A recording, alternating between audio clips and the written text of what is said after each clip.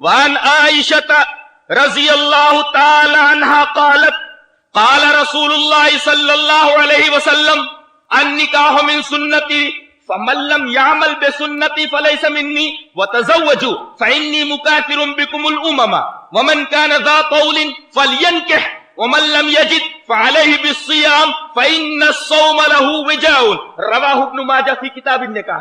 امام ابن ماجہ اس حدیث پاک کو کتاب النکاح میں انہی لفظوں میں لائے ہیں، اور راویہ حضرت عائشہ رضی اللہ تعالی عنہا ہے۔ وہ فرماتی ہیں کہ نبی پاک صلی اللہ علیہ وسلم نے ارشاد فرمایا، کیا ارشاد فرمایا؟ کہ نکاح، حضرات آپ میری طرف بالکل متوجہ ہیں، میں اس حدیث پاک سے کچھ اہم مسائل کا استفاد کرنا چاہتا ہوں، متوجہ ہے آپ لوگ میری طرف مکمل؟ حضرت عائشہ رضی اللہ تعالیٰ عنہ فرمایا صلی اللہ علیہ وسلم نے ارشاد فرمایا کہ نکاح میری سنت میں سے ایک سنت ہے، فمن لم يعمل بسنتی فلیس منی، جو میری اس سنت کے اوپر عمل نہ کرے وہ مجھ میں سے نہیں ہے۔ پہلا مسئلہ یہ نکلا کہ اسلام میں لنگوٹ بندی کا کوئی تصور نہیں ہے، اسلام میں لنگوٹ بندی کا کوئی تصور نہیں ہے۔ کوئی ہے نا لنگوٹ بند؟ لنگوٹی باندھ لی، شادی نہیں کی زندگی میں اور ولایت کے درجے پر فائز کر دیا گیا۔ یہاں حدیث پاک یہ ہے کہ النکاح من سنتی، نکاح میری سنتوں میں سے ایک سنت ہے۔ فمن لم يعمل بسنتی فلیس منی، جو میری سنت کے اوپر عمل نہ کرے وہ مجھ میں سے نہیں۔ پہلا مسئلہ یہ معلوم ہوا کہ اسلام میں لنگوٹ بندی کا کوئی تصور نہیں ہے، ایک چیز۔ دوسرا مسئلہ وَتَزَوَّجُوا فَإِنِّي مُكَاثِرٌ بِكُمُ الْأُمَمْ، اور دیکھو شادیاں کرو اس لیے کہ قیامت کے دن میری امت جتنی زیادہ تعداد میں ہوگی اتنا زیادہ میں فخر کروں گا۔ دوسرا مسئلہ یہ معلوم ہوا کہ نسبندی کا کوئی تصور نہیں ہے۔ پہلے تو لنگوٹ بندی کا کوئی تصور نہیں، دوسرا جملہ بتا رہا ہے کہ نسبندی کا کوئی تصور نہیں ہے، فیملی پلاننگ کا کوئی تصور اسلام کے اندر نہیں ہے۔ جتنے زیادہ بچے پیدا ہوں گے، 4 شادیاں کرے آدمی، صحت مند بیوی سے شادی کرے، عورت سے شادی کرے، بچے زیادہ پیدا ہوں۔ نبی پاک صلی اللہ علیہ وسلم فرما رہے ہیں جتنے زیادہ بچے پیدا ہوں گے میرے امت کے اندر جتنا اضافہ ہوگا، قیامت کے دن میں دیگر امتوں کے اوپر، دیگر نبیوں کے اوپر میں اتنا زیادہ فخر کرنے والا ہوں گا۔ فإنی مکاثر بکم الامم۔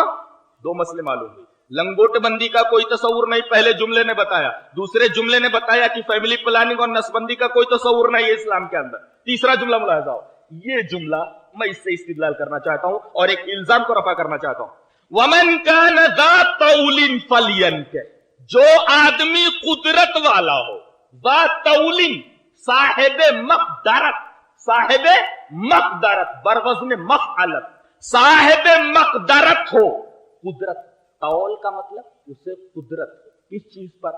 لڑکی کو نان دے سکے، نفقہ دے سکے، سکنا دے سکے، کھانا دے سکے، کپڑا دے سکے، مکان دے سکے، اس دیوازی عیش و عشرت دے سکے، اور اگر ان 3-4 چیزوں میں سے کوئی چیز دینے پر قادر نہ ہو تو نکاح نہ کرے۔ امام بخاری رحمت اللہ علیہ پر اعتراض کیا جاتا ہے، اس اعتراض کا دفعیہ کر رہا ہوں۔ حضرت امام بخاری رحمت اللہ علیہ کے اوپر زبان تان دراز کیا جاتا ہے کہ بخاری لکھ ماری انہوں نے، ارے لکھ نہیں ماری، پوری زندگی وقف کر دی حدیثوں کی تلاش میں۔ اور میں یہ کہوں کوئی بھی مدرسہ ہو، کسی بھی مسلک کا، کسی بھی مکتب فکر کا، اس مدرسے کے اندر اگر بخاری نہ پڑھائی جائے تو علم مکمل نہیں ہوتا، دستار نہیں آ سکتی اس کے سر کے اوپر جب تک کہ بخاری شریف کا پڑھنے والا نہ ہو، بخاری شریف ختم کرنے والا نہ ہو۔ یہ ہے بخاری کا مقام، مانو یا نہ مانو، بخاری پڑھائے بغیر مولوی ہو ہی نہیں سکتا کسی بھی مکتب فکر کا ماننے والا ہو۔ یہ ہے بخاری کا مقام، کتنا بھی زبان تان دراز کرو، لیکن حال یہ ہے کہ جب تک بخاری شریف نہ پڑھائی جائے دستار بندی نہیں ہو سکتی، پگڑی سر پر نہیں بس سکتی عالم کی، مولوی ہو ہی نہیں سکتا جس نے بخاری شریف نہ پڑھا ہو، اور وہ آدمی عالم ہو نہیں سکتا جو بخاری شریف نہ پڑھا سکے، بخاری شریف نہ سمجھ سکے۔ امام بخاری رحمت اللہ علیہ کا وہ مقام ہے، کبھی انشاءاللہ امام بخاری کی عظمت پر بھی گفتگو ہوگی، یہ موقع تو نہیں ہے۔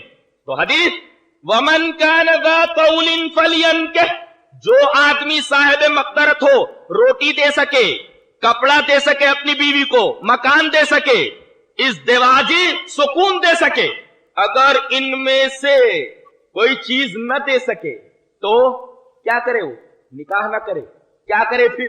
اللہ نے خود بتا دیا آیت کریمہ ملاحظہ سورہ نور کی، وَأَنكِحُوا الْأَيَامَ مِنكُمْ وَالصَّالِحِينَ مِنْ عِبَادِكُمْ وَإِمَائِكُمْ إِنْ يَكُونُوا فُقَرَاءَ يُغْنِهِمُ اللَّهُ مِنْ فَضْلِهِ وَاللَّهُ وَاسِعٌ عَلِيمٌ وَلْيَسْتَعْفِفِ الَّذِينَ لَا يَجِدُونَ نِكَاحًا وَلْيَسْتَعْفِفِ الَّذِينَ لَا يَجِدُونَ نِكَاحًا حَتَّى يُغْنِيَهُمُ اللَّهُ مِنْ فَضْلِهِ، اور نکاح کرا دو ان کا جن کی شادیاں نہیں ہوئی ہیں، جو شادی والے نہیں ہیں۔ شادی ہوئی تھی، بیوی مر گئی، مستنڈے گھوم رہے، شوہر مر گیا، بیوی بیچاری ویسے بیٹھی ہوئی ہے، غلام ہوں یا لونڈیاں ہوں، شادی کرانے میں جلدی کرو تو اللہ تبارک و تعالیٰ اپنے فضل سے ان کو غنی کر دے گا، اور اللہ تبارک و تعالیٰ بہت واسع اور بہت زیادہ علم رکھنے والا ہے۔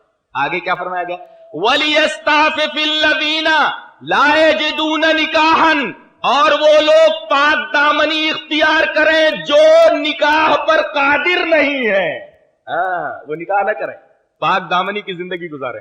اب پاک دامنی کی زندگی گزارنے کا طریقہ کیا ہے؟ حدیث پاک میں بیان کیا گیا ہے، وہ آیت کریمہ پڑھنے کے بعد اب حدیث دیکھیے، وَمَنْ كَانَ ذَا طَوْلٍ فَلْيَنكِحْ، جو آدمی صاحب مقدرت ہو اسے چاہیے کہ نکاح کر لے، وَمَنْ لَمْ يَجِدْ، جو آدمی صاحب مقدرت نہ ہو، فَعَلَيْهِ بِالصِّيَامِ، اسے پاک دامنی کی زندگی اختیار کرنی چاہیے۔ طریقہ کیا ہو؟ روزہ رکھے، فَإِنَّ الصَّوْمَ لَهُ وِجَاءٌ، اس لیے کہ روزہ اسے خسی کر دینے جیسا ہے، اس کی شہوت توڑ دینے والا ہے۔